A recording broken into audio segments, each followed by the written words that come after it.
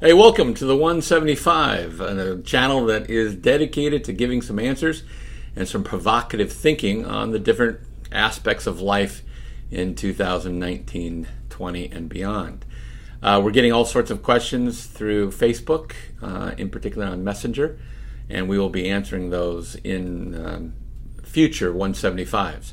175 is just a casual, unedited, unscripted coffee chat. Coffee, God's gift to mankind. And we want to make sure that we keep it fairly succinct. So that's why we do 175 seconds once we start teaching. Some topics require an extended, so you'll see those in the future. 175 extended, and those will be a little longer conversations regarding different topics. Today's topic has to do with immigration and the wall. Now, just so you understand, the whole question here is illegal versus legal. The Congress, a long time ago, talked about legal immigration, and there is a very lengthy and quite strenuous process to be a legal immigrant. They also have ratios and quotas and all those kind of things from all sorts of different areas around the world, including countries. When illegal immigrants come through, there's all sorts of problems with that, including the concept of security. That is, how do you secure your border in this day and age of terrorism, which you can't if you don't have some sort of barrier, some sort of system that stops the bad guy from coming in. The problem, of course, is you can't tell who the bad guy is from the good guy. It's the way it is in almost every part of the world now when it comes to war and other kinds of things. You can't really tell whose army is who. The Western way of doing it is no longer in vogue. Well, it's the same thing in relationship to immigration. I think that most everybody would say that you need to follow whatever the laws are of the land.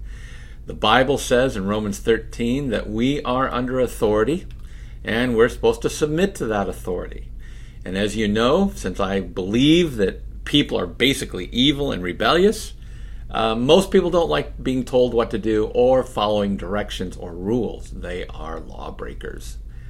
Well, I would argue that in this particular case, whether it's a wall or any other kind, it doesn't really matter about, quote, the wall. Whatever it is to prevent lawbreakers from coming in, that makes sense to me. That's just common sense. That way, it really validates those who go through the big process of legal immigration. Now, if you don't like the law, you can always change it. That's what the democracy is all about. Since we're a republic, those representatives represent us. So if you have a problem with any part of legal immigration, well, then you just go to your congressman and go through the arduous, long process of changing almost any law.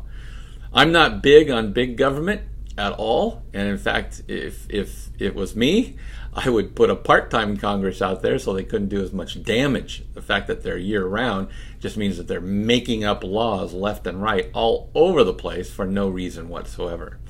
Rarely does a government intervention in any aspect of human endeavor help things. That's pretty rare.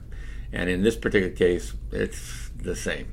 So, be careful with how you converse with people, but at the same time, don't back down on Romans 13. The bottom line is authority, and we need all to submit to it for civilization to exist.